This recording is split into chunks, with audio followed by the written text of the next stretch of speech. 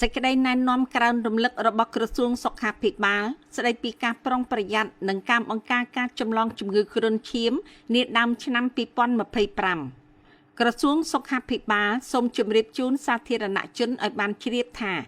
ការប្រែប្រួលអាកាសធាតុផ្ដល់លទ្ធភាពក្នុងការបង្កាត់ពូជការកកើតមូសនិងបំលាស់ទីនៃមូស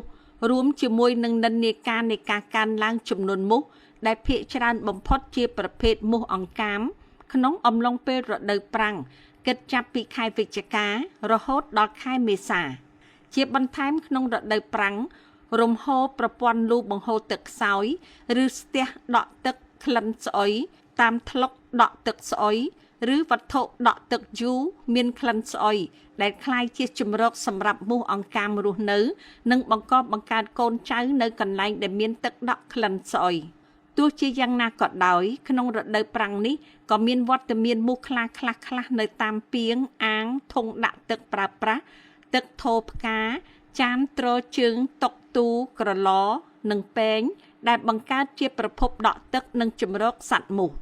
ក្រុមការងារឆ្លើយតបរបស់ក្រសួងសុខាភិបាលបាននឹងកំពុងផ្ដល់អន្តរាគមន៍ឆ្លើយតបដោយសហការជាមួយក្រុមការងារមន្ទីរសុខាភិបាលនៃរដ្ឋបាលរាជធានីខេត្តនិងអាជ្ញាធរមូលដ្ឋានគ្រប់លំដាប់ថ្នាក់តាមដានស្ថានភាពជំងឺបង្កដោយមូសនិងស្ថានភាពមូសធ្វើការបាញ់ថ្នាំសម្លាប់មូសផ្សព្វផ្សាយសារអប់រំសុខភាពនិងចលនាសហគមន៍ចូលរួមលុបបំបាត់ប្រភពកកើតមូសនារដូវក្តៅនេះ